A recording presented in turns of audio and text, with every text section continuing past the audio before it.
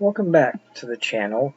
In this episode, we're going to be looking at Anne McCaffrey's The Skies of Pern, which is book 15 in the Pern series. If you're going publication order, chronologically, this is the last one. So before we get into this one, and there's a lot to get into, I would like to ask you to please like, subscribe, turn on notifications so you know when new videos are coming on out. And leave a comment down below and spread the word.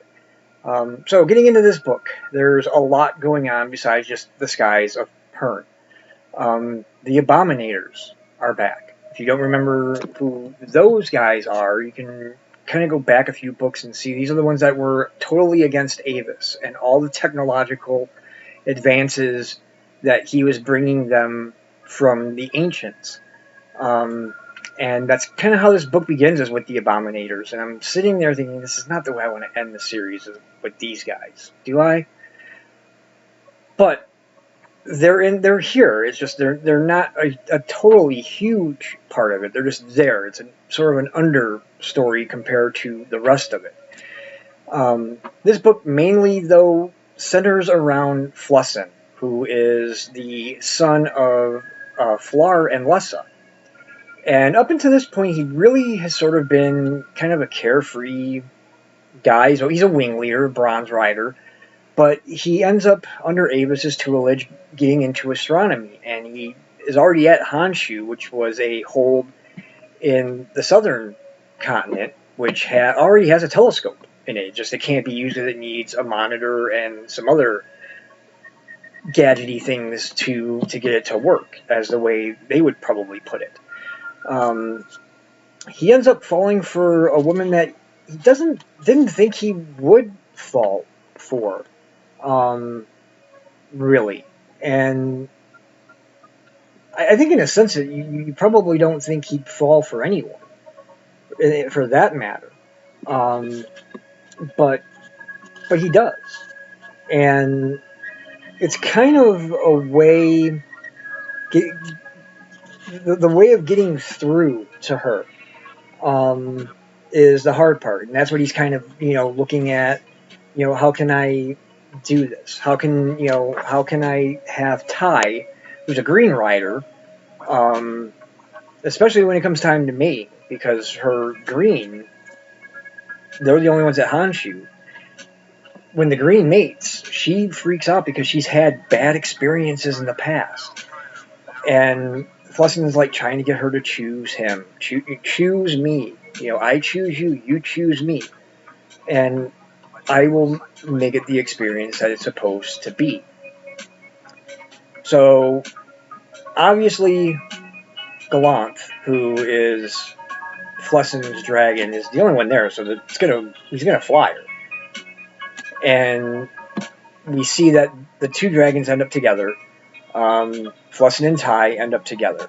Now, before this, though, there is a big thing that happens. There's a fireball in part 2.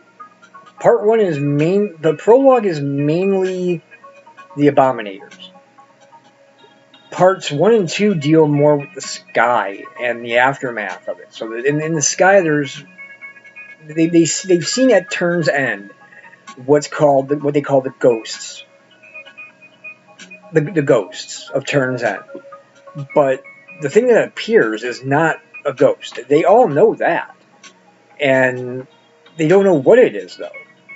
And then they figure it out. It's just this big fireball that's just going through the surface of Pern, going through the atmosphere.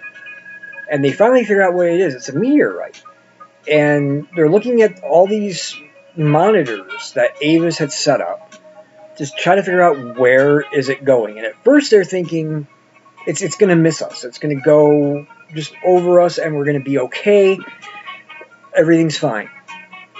And then they start to doubt that. And in the last 10 minutes, they're like, wait a minute, no, this is going to hit. But is it going to hit land?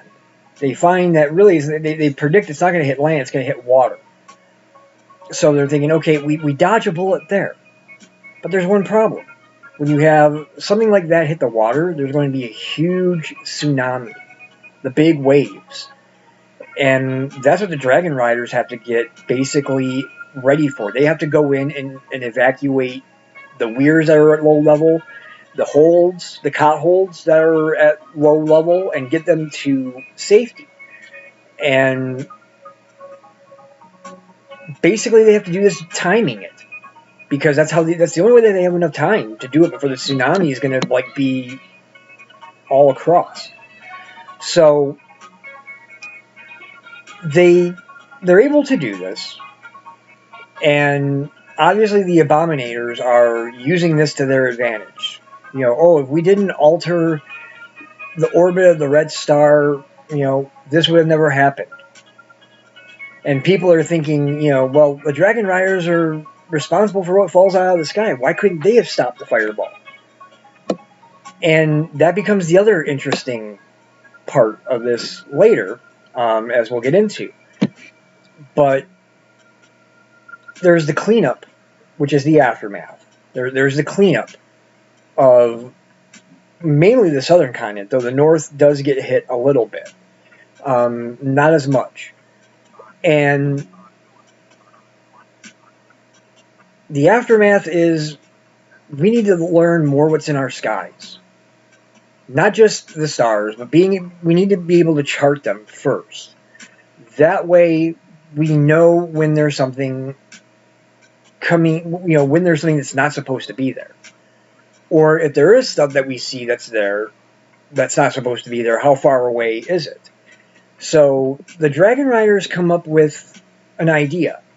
And it's actually a two-pronged idea, because there's an incident where Flussin and Tig and their dragons get attacked by the cats in the south. And her dragon, Aramonth, is basically just flicking these things away. I mean, they do damage. I mean, big time damage to the dragons, and they do big time damage to Flussin as well. But her dragon's just flicking them off telekinetically. So the call for help comes out, and we see Ramoth and other queens and other greens come in, and they're following her lead of just flicking them off. Just do what I'm doing. So the Dragon Riders, they got to go to a council meeting here about what are we going to do about the sky, and what are the Dragon Riders going to do in the future when Threadfall is done, and we're no longer held to Holder Hall, and we're not going to require tithing. What are we going to do? So here's the idea, and this is the key of it, is that the Dragon Riders, there's going to be observatories set up. There's one basically already at Honshu. There's one at Cove Hold. Jackson says, hey, you can put one up by me. Another one says you can put one up here, and then they want to put one in Western. And Torek is all, well, now we have to tithe to these people. And Lessa and Flower say, no, you don't have to tithe to us. We're going to be our own craft. We're going to be it's going to be a Star Hall, is what they are. We're going to be autonomous to ourselves. So the way we are in Weirs, but now it's an after thing that we're doing.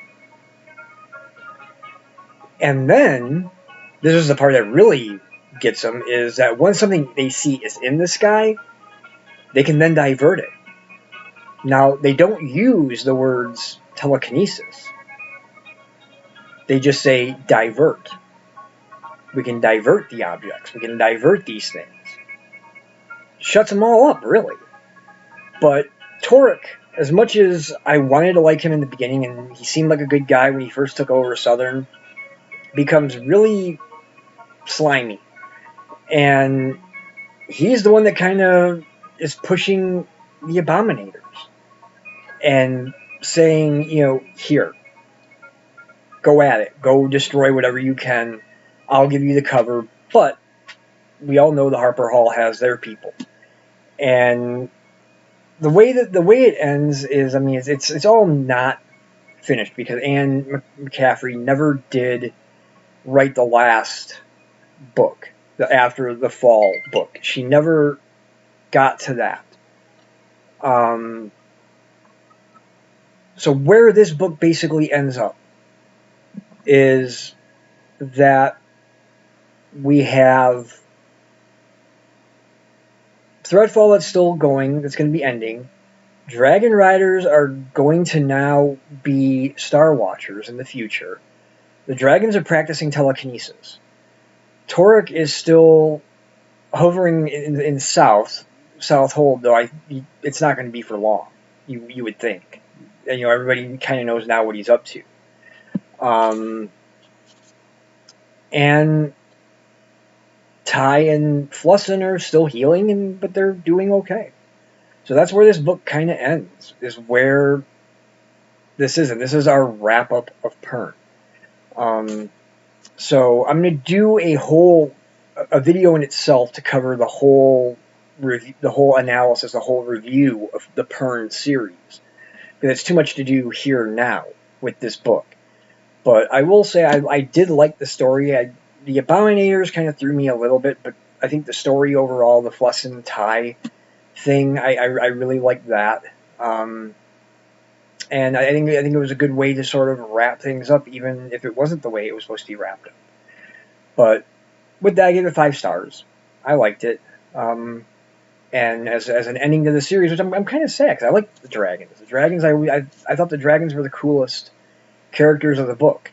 They were always the simplest talking things, but they made the most sense. And I'm gonna miss that. So yeah, 5 stars. I would recommend it. I would recommend the series. But as always, please like, subscribe, turn on notifications so you know when new videos are coming on out. Also, leave a comment down below. I love hearing from you, and I always respond.